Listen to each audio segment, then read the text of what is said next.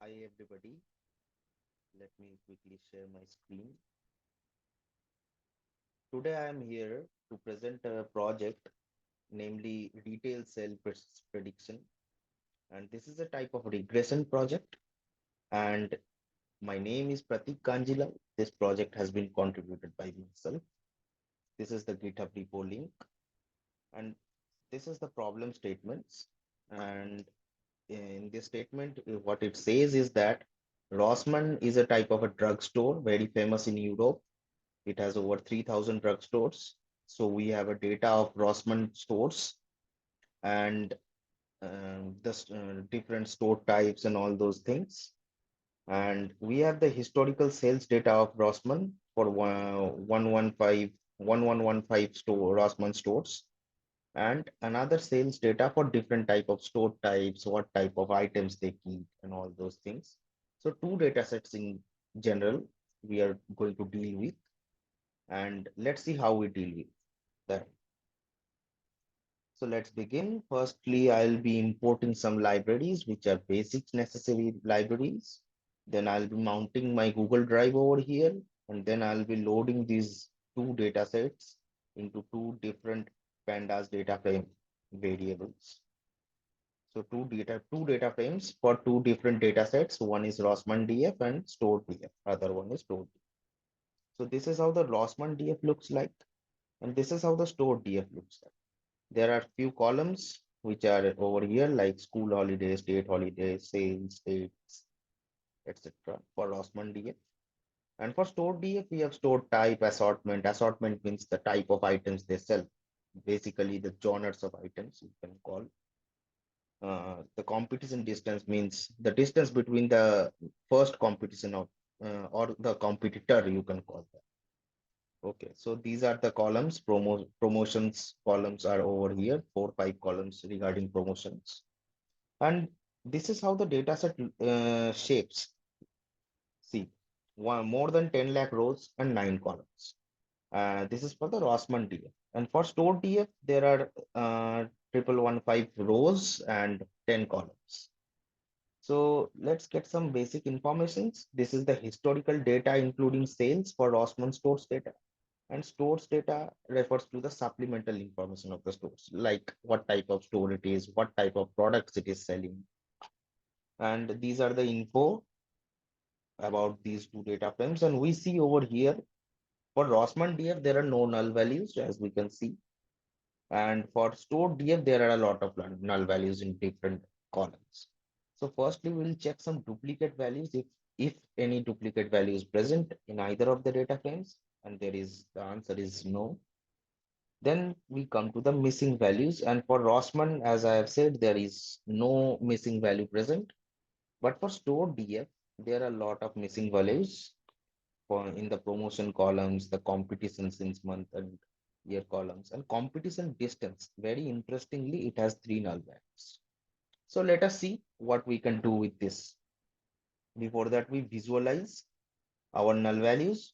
This black part is filled with data and the white parts are the null parts. Now, firstly, we'll deal with competition distance. And this is a type of numerical column where we are calculating the distance between our shop and our competitor's shop. So the nearest competitor will have the less distance compared to the farthest competitor.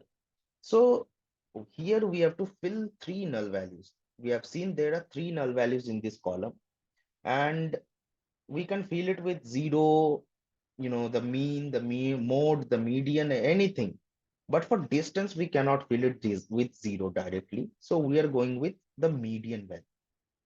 So firstly, I'll be filling this competition distance column with the medians. Okay. And now there are three or four more columns. I'll be filling all of these columns with zeros. Okay. All these columns I have filled with zeros. And now we have a look for our final store DF, and we see there are no null values in any of the columns. Okay. So now coming to our variable descriptions. So these are the set of columns for Rossmann, and these are the set of columns for store period. And now we have some statistical numbers. If we require, we can refer to this part. Similarly for store also, this is for Rossmann, this one is for store. And now we are going to get some idea about what these columns are of these two data frames. So very basically this ID refers to the store ID. The store is again the unique ID for a store. There are sales, there are customers. So number of customers that have appeared in each store, open or not. Okay, assortment, promotion, competitions, distance, all those things. We can refer to this part if we require any kind of information regarding any kind of column. Now we are checking some unique values over here. For unique values for store, it must be all the rows as unique. It has to be unique since every store ID is a unique ID. Assortment, there are three types of assortments only. Promo 2 is 2, that means either 0 or 1 maybe. We are going to check that. So again for Rossmann DF also we check the unique values, and there is one column that is common in both these data frames, that is 2. And in later parts we are going to merge these data frames, both the data frames into one using this common column. So let us see. Now we are we have come to that part, that merging part. And yeah, we are merging these two data frames on the common column, namely store, and this is how our data set looks like. This will be our final data set. So this is the final data frame. We are going to feed this data frame into model, and the shape of this data frame is over 10 lakh rows and 18 columns. Now we will do some categorical encodings, like for state holiday, there will be 0, and there are different type of state holidays like Christmas holiday, Easter holidays. They are referred to as A, B, C, and all. So we are going to categorically encode them and convert them into numbers. This process is known as one-hot encoding. Similarly, for assort type also, there are three types of assortments. There are A, B, C. These assortments are to be converted into numbers. So we have done this. We have done this. And for store type also, there are four types of stores. So namely A, B, C, D, and we have converted them into numbers.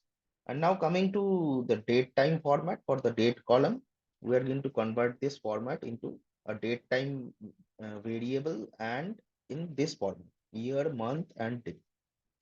So this is how we are going to,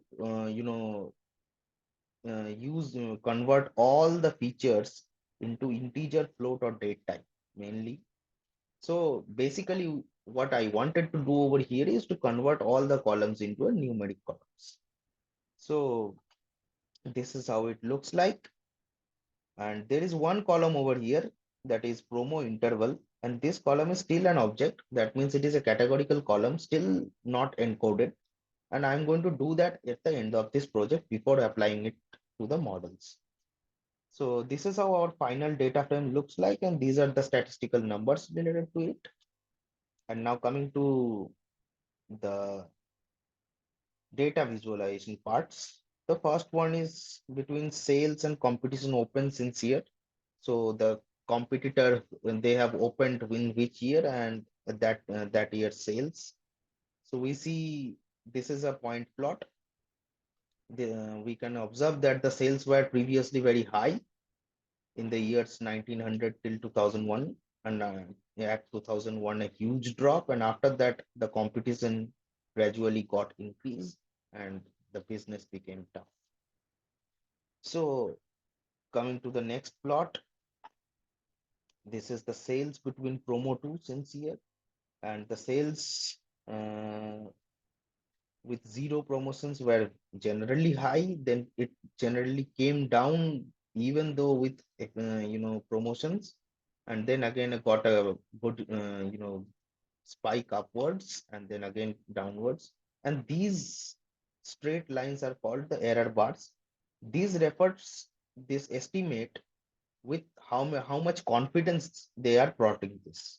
So generally a bigger error bar means a very low confidence of this estimate, but there wherever there is no or very minimal error bars, that refers to us that this plot has been confidently done, very high, with high confidence. Now coming to the third plot, similarly the sales between competition open since months. So we can see that in the last 3 months of every year, the sales get high.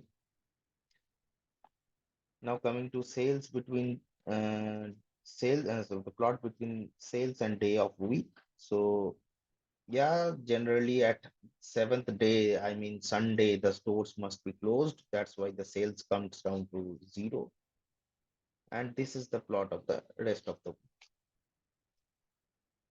Coming to the assortment and store types. So firstly, I'll be showing you the different assortment levels and the data regarding that. We using box plot. So this is the three types of assortments, 0, 1, 2, since they are categorically encoded. And these are the amount of outliers, these all types of assortments. Comparatively less outliers in assortment 1.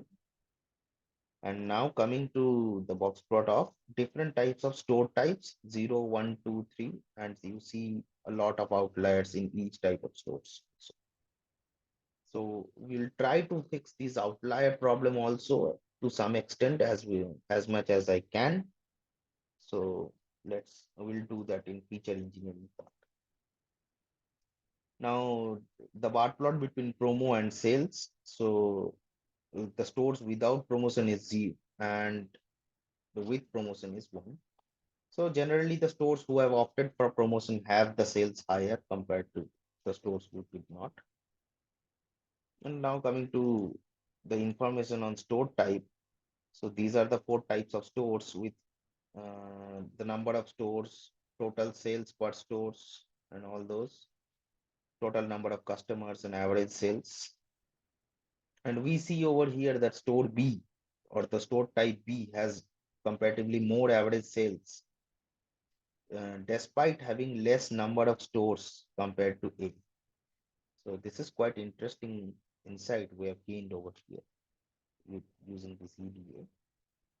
And now coming to the different average sales also of the total store types and customer types also. So firstly, this store type 0 has the maximum share of the sales because they are large in number compared to others. Total sales also they have very high, but average sales in the part of average sales, store 1 with very minimal number of stores has very high average sales. Similarly, over here also they have a lot of average customers compared to other stores, and but the number of customers are high in the store type 0. Now coming to the last plot, this is the correlation heat map, and here we can see the feature correlations with each other, and we see high correlations over here because these are all the promotion related columns. So they are highly correlated with each other, as we can see. And these columns are, you know, very high because this is customers, and we plot over here that sales. So sales is highly related with customers. Similarly here also. So that's why this area is quite reddish in nature. Now coming to the feature engineering part. We'll try to handle outliers through these scatter plots, and this would be the regression line would look like if we try to plot. We see some outliers over here, but generally these outliers are very difficult to remove because it may hamper our model performance. So still I have tried with some restrictions for these outliers. I have tried to drop anything over 20,000 sales and thousand number below 1,000 number of customers, and so on and so forth for different type of stores. We have tried different numbers also, and finally we end up with something very similar to the previous plots, very a lot close and lot similar. So generally we didn't get any much of an outlier removal over here, because these outliers cannot be removed as we wish, and they are important for our models also. So coming to the assortment part also, we tried something with sales more than 20,000 and less than 1,000 customers and other numbers also, and we found something quite similar to these plots also. Okay, so this is how I have tried to remove outliers, but it's not that easy to remove any point as I wish. So we are going to go with this. And now feature correlation. So these are the categorical features. So this is the correlation plot of uh, every feature with sales. This is again a type of numerical, but a lot of categories here also. And now coming to the feature selection part, and here we check the density of all the features. So it's generally assortment is a categorical feature, so looks like this. If any numerical feature is there, it is very close to normal distribution, so we don't require any transformation over here. Generally this is also a categorical feature. Categorical feature, we can understand these are the categorical features. These two three columns, the numerical features. Now here we see that the number of customers is 0, but still the density is high. We are going to check that in the next plot also for sales data. And we see over here the distributions of promo 2 since week, and this is the competition and the competition distribution. And this is the sales distribution. So we see that a lot of sales are over here with number 0. And how is this possible?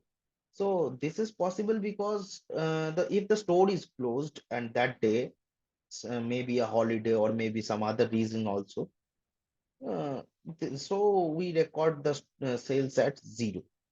That is why it is important to keep these data also in order to make a generic model out of this. So we have selected the features we have required, and the last part before feature selection is to check the multi-collinearity. That means features, check if the features are interdependent between each other. Anything anything that is highly correlated to a feature that which is other than the target variable, which is sales, of course, in our data, we are going to drop those columns, because these columns carry high multi-collinearity with them.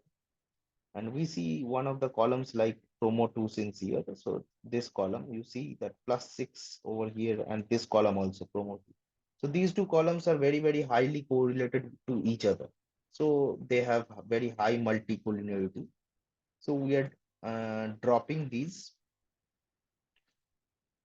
promo to since here column. I am going to drop this, and then we see that this promo 2 columns multi-collinearity also get very reduced, very much reduced. Now coming to the models, ML models. The first one I have tried is linear regression. I have fit the data. I have defined dependent variable as sales and independent variables as store, promo to sincere, date, and sales. So these columns I have dropped. Rest of the columns are all the columns are independent variables. So this is how the final data set looks like for the independent variables. We keep the train test split size as 70-30 ratio, 70% data for training over here and 30% data for testing. And now The first model we are going to fit into is the linear regression. Before fitting that, we are going to scale the values, and then we are going to fit that U train and V train, these training data sets, and we are going to predict the testing, test the model with the test data set. We're going to predict the test data set, and this is the array it returns. Similarly, with the actual, when we plot this, the actual value and mm, the predicted values we get over here, and the RMSE is 1395. So coming to the next model, this is a regularized linear regression model, namely lasso regression. And for lasso also we fit the same training and testing set, and we get an RMSE of 1395.94. Coming to the third model, this is Ridge, another regularized linear regression. We fit the data into the model and we get an RMSE of 1395.93. And the final one is decision tree regressor. So this decision tree regressor also we fit the you know U train and Y train part, and we keep max depth as 5 since it is a tree based model, and we get the RMSE 1393.02, and this is the lowest RMSE, so we are going to select this model as our best model. So as we conclude over here, the type of store plays a very important role over all the data sets. Assortment level B is the insight. This is an insight we gained is only offered at store type B. And plot between promotion and sales shows that a promotion helps in increasing sales. Yeah, that is quite natural. And we get our best results with the decision tree regression model. And I have taken the optimum parameter also over there using the hyperparameter tuning so that the model does not overfit. Thank you. Thank you. This was all from my side.